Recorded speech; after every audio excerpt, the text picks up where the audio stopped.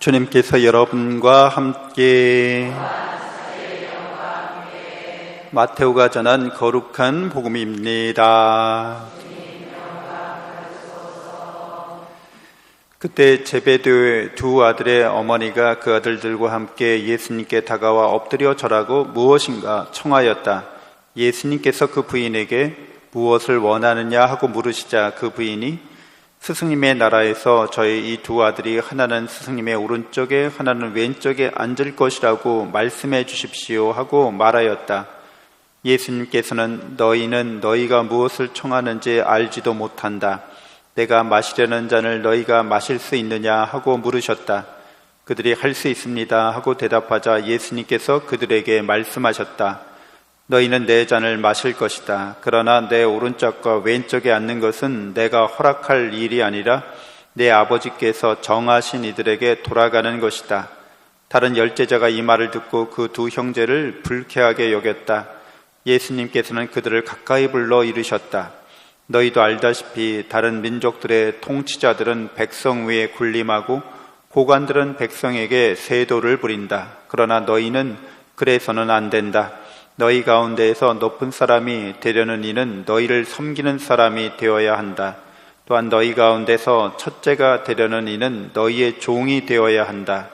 사람의 아들도 섬김을 받으러 온 것이 아니라 섬기러 왔고 또 많은 이들의 몸값으로 자기 목숨을 바치러 왔다.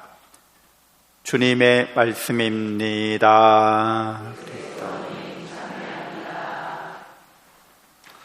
참 예수님, 하나님의 복동이 고맙습니다. 고맙습니다.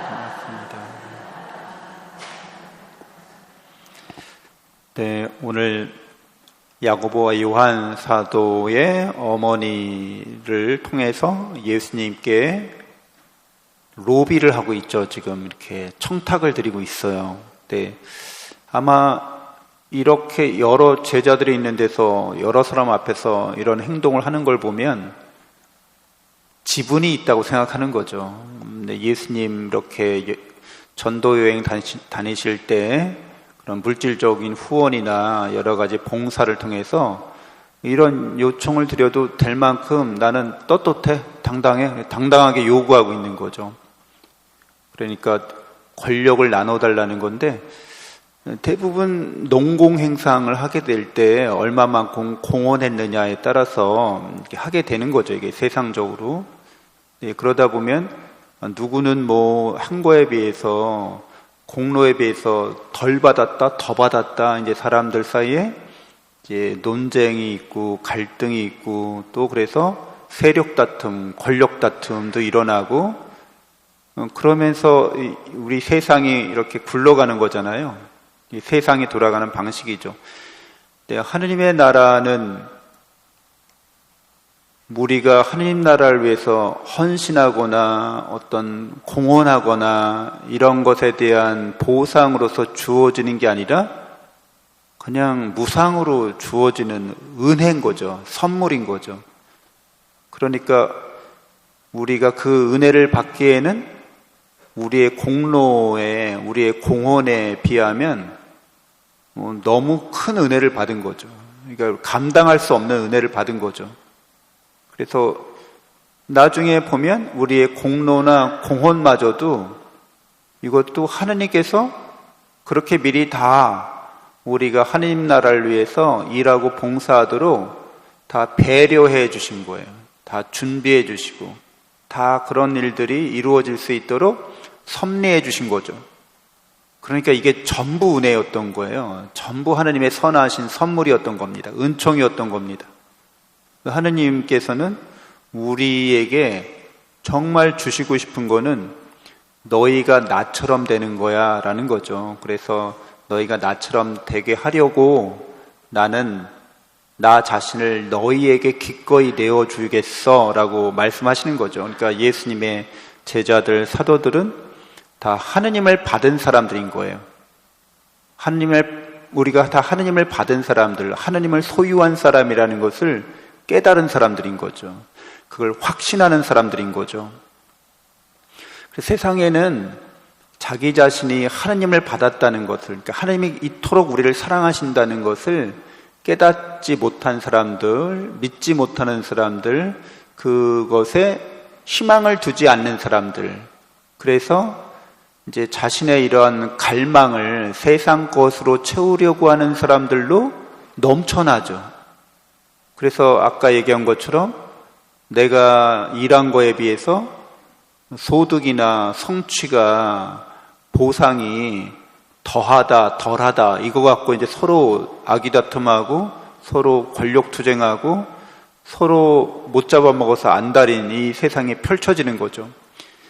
그래서 이것이 우리가 살아가는 이런 삶의 모습이기 때문에 이제 한 사람이라도 예수님의 제자가 되게 만드는 거, 또 예수님의 사도가 되게 만드는 거, 그래서 우리 마음에 감사하는 마음이 넘치게 하는 거, 그래서 하느님의 뜻에 따라서 서로 섬기고 서로 내가 받은 은혜와 재능과 모든 것을 통해서 하느님의 사랑에 가까이 나아갈 수 있도록 도와주는 거, 이게 바로 우리 그리스도인들, 우리 신자들이 예수님의 제자로서 예수님에게서 배우는 것이고, 또 우리가 이것을 확실히 깨닫고 믿고 있으면 내가 깨닫고 믿고 있는 거를 나 혼자만 간직할 수 없다는 거죠. 많은 사람들에게 구원의 진리를, 사랑의 진실함을, 이제 하느님이 우리를 얼마나 사랑하는지를 전하고 싶어 하는 거죠. 시시때때로 기회가 되는 대로 허심탄탐 언제든지 내가 이 사람이 잘못된 사랑, 그릇된 사랑, 어리석은 사랑, 악한 사랑이도 하기죠. 심지어는 그 안에서 고통당하고 자기가 얼마나 사랑받고 있는지를 깨닫지 못하고 있으면 이제 알려주는 거죠. 사실을 사실 그대로. 우리가 세상에서 욕심내고 바라고 또 갈망하는 것들이 우리가 소유할 수 있는 것들이 아니라는 것을, 권력을 어떻게 소유할 수 있겠어요? 우리가 명예를 어떻게 소유할 수 있겠어요? 우리가 재산이나 재물을 어떻게 소유할 수 있겠어요? 명의 이전되고 내가 죽고 나면 다 양도되고 물려주고 내 건 없는 거죠. 명예라는 게 얼마나 부담스러운 거예요. 근데 그 명예를 지키기 위해서 얼마나 부단히 노력해야 돼요. 명예라는 것도 사실 굉장히 거추장스러운 거죠. 사실은 무거운 겁니다. 무거운 짐이죠. 권력도 무거운 짐인 거죠. 그 무거운 짐을 지고 그것이 결국 나에게 아무런 득도 되지 못하는데 그걸 쩔쩔매면서 우리 살아가는 사람들이 있잖아요. 그래서 예수님의 짐을, 가볍고 편안한 짐을, 영원한 생명을 주는 짐을 이제 지워주는 거죠. 예수님을 따라 사는 삶이 되는 거예요. 그래서 예수님이 강생육하한 것처럼 우리도 이렇게 사람으로 태어난 이유가 어디 있는지를 예수님에게서 배우는 거죠. 우리가 이 세상에 태어나서 서로 이렇게 복작복작 이렇게 서로 알콩달콩 또 아웅다웅 이렇게 살아가는 거는 이제 우리가 서로 부족하기 때문에 서로 돕고 살라고, 서로 이렇게 부족한 사람끼리 부딪히면서 더 원만하고 더 평화로운 사람이 되라고, 하느님의 자비를 서로 베푸는 사람이 되라고, 이렇게 우리가 만나서 함께 살고 있고, 또 이 세상에 그릇되고 잘못된 사랑으로 인한 죄악이 넘쳐나는 것을 우리가 예수님이 구원해 주신 것처럼 우리들도 잘못되고 그릇된 사랑에 대한 참된 사랑으로 회개할 수 있도록 구원의 질을 깨닫고 확신하면서 죄악과의 싸움에서 승리하신 예수님을 따라 그 길을, 영광의 승리의 길에 동참하고 동행하는 사람이 되는 거죠. 그래서 우리가 예수님을 통해서 구원받은 사람이라는 것을 확신하면서 다른 사람들도 그 구원의 길에 계속 동참하도록 권유하고 인도하고 또 이렇게 배려하면서 계속 그 길로 함께 나가려고 하는 거죠. 이게 예수님이 가신 길이죠. 그러다가 고난과 박해와 시련을 당하게 되면 예수님처럼 그렇게 인내하면서 감사하면서 자기 자신을 제물로 바치는 삶인 거죠. 그래서 우리는 죽을 똥 살 똥 그렇게 살아가지만 결국에는 다시 살아난다는 거예요. 다시 부활하게 된다는 거죠. 하나님의 사랑의 힘이 우리를 사랑의 능력으로, 힘으로 그것을 이겨내고 살아가도록 나타나신다는 거예요. 부활의 힘이, 예수님의 사랑의 힘이 나타난다는 거죠. 그래서 우리가 본래 하나님을 닮은 그 모습대로 회복하고 또 하나님을 더 닮아가는 영원한 하느님 나라에서 우리가 살아가게 된다는 것을 다른 사람들에게 희망의 증거자로서 우리가 제시할 수 있어야겠습니다. 우리가 제자라는 것을 그래서 늘 예수님에게서 배우려는 마음, 그분의 강생 육화와 십자가 고난과 죽음과 부활을, 그리고 승천의 사건이 그 예수님에게만 일어난 일이 아니라 나에게도 똑같이 일어나고 있다는 거죠.